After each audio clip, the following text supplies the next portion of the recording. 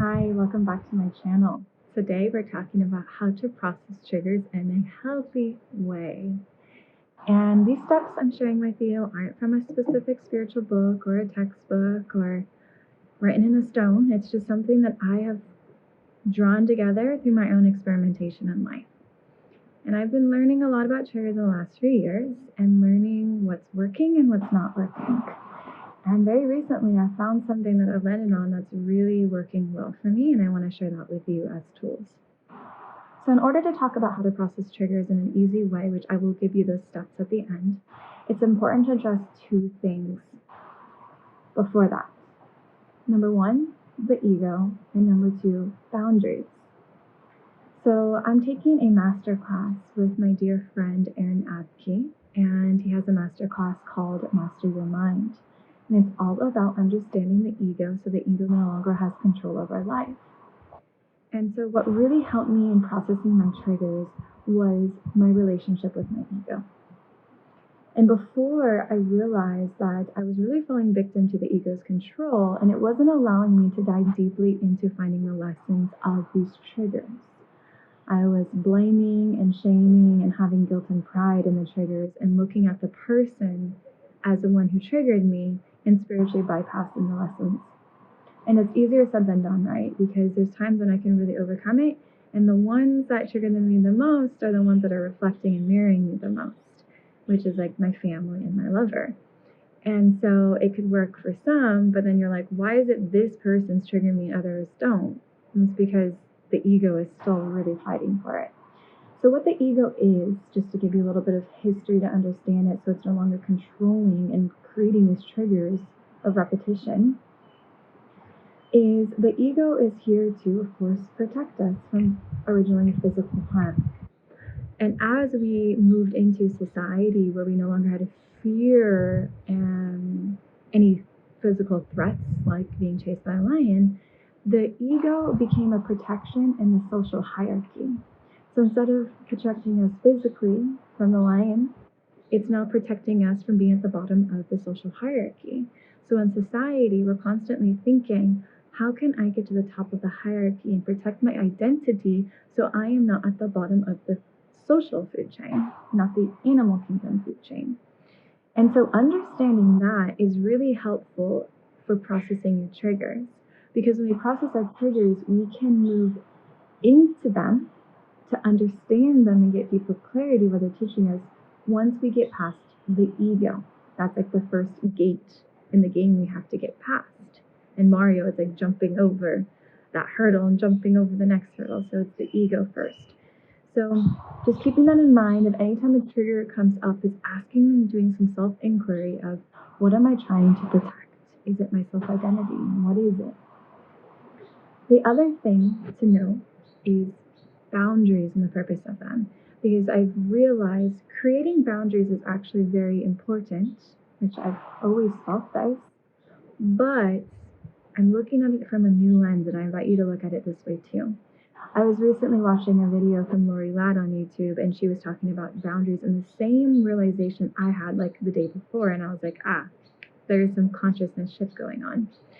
So boundaries are really useful for creating space when we need to process a trigger. So what I've seen happen is we create boundaries to protect from any potential threats of triggers. But how is that serving us when we put ourselves in a bubble and spiritually bypass every person or thing that could potentially trigger us?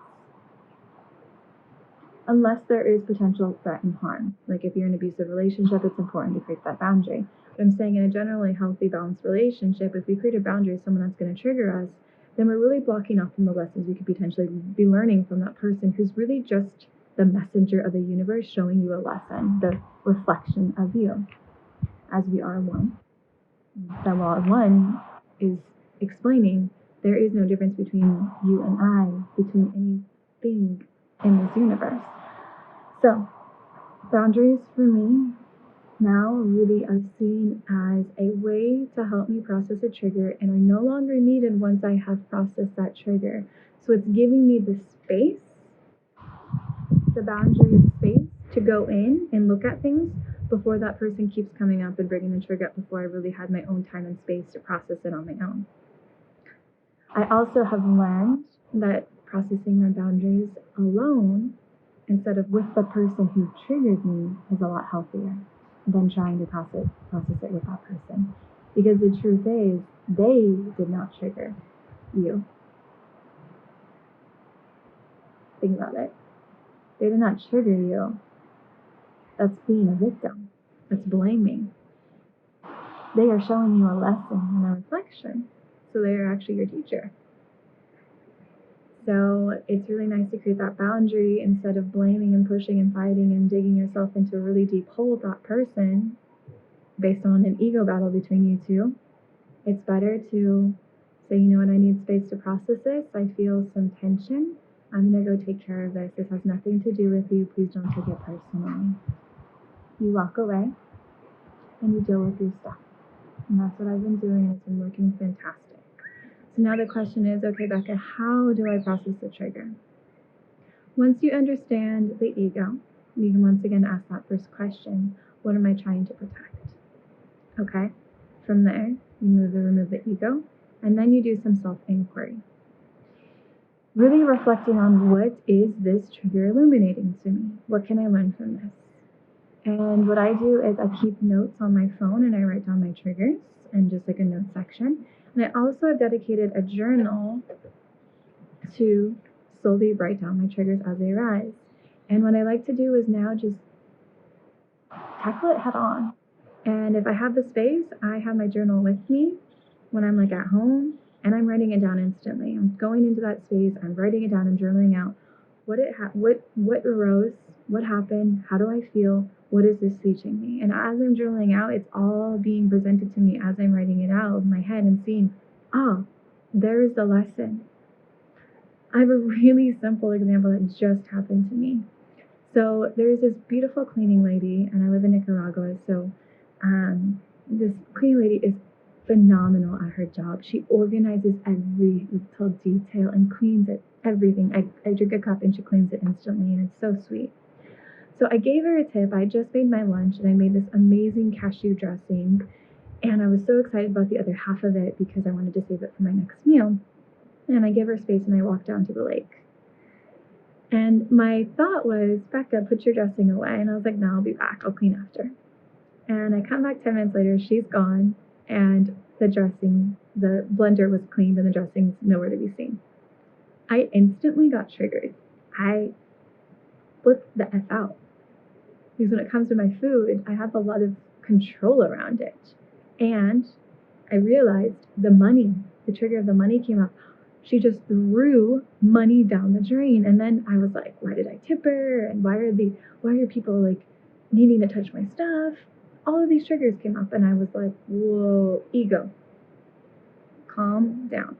I wrote it out, actually screamed it out in a pillow, and let the emotion pass through me because I could feel it in my body. So I then addressed where it was coming from. I addressed the emotion. I processed it emotionally and physically, took deep breaths until I came back to neutrality, said thank you and forgiveness, and I was ready to move on. And that was like a 5-minute process. And what came after that was a gift from the universe, from something else, like right after. So it works, and it's really simple. So the steps, once again, are creating the boundary with the person that triggered you, quote unquote, going into your own space, processing that trigger through journaling, writing it out, speaking it out, however you feel. Once again, first addressing the ego. What am I trying to protect? Once you get that out of the way, what is this trying to teach me?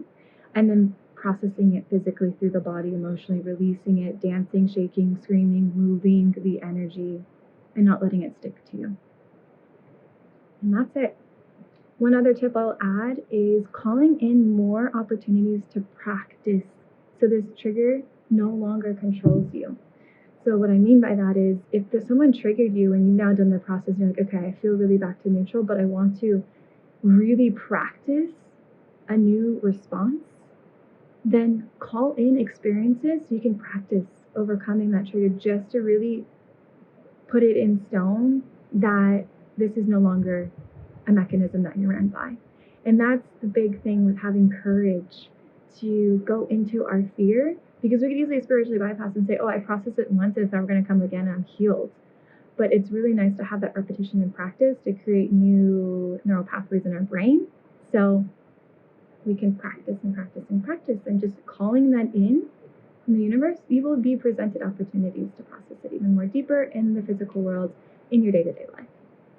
So happy triggers, because they're fun, they're easy to process. This is my new mentality and I'm really excited about it because it's something that I used to avoid before. And let me know how this works for you. So much love. Thank you for listening to my channel. By the way, I also have a podcast, Follow Your Heart podcast. You can listen, and it's completely different content on there. I also have a team and 2 other companies. So we have a team that manages a container for light workers and spiritual entrepreneurs, and we help them start their business and also grow their business and expand by serving their life purpose and their mission, and that's called Spiritual Business Alchemy. You can tap on the link below to learn more about that. And I also have my same team has another brand called Oshun Collective, and it's all about spreading love and consciousness and supporting the collective and elevating the consciousness.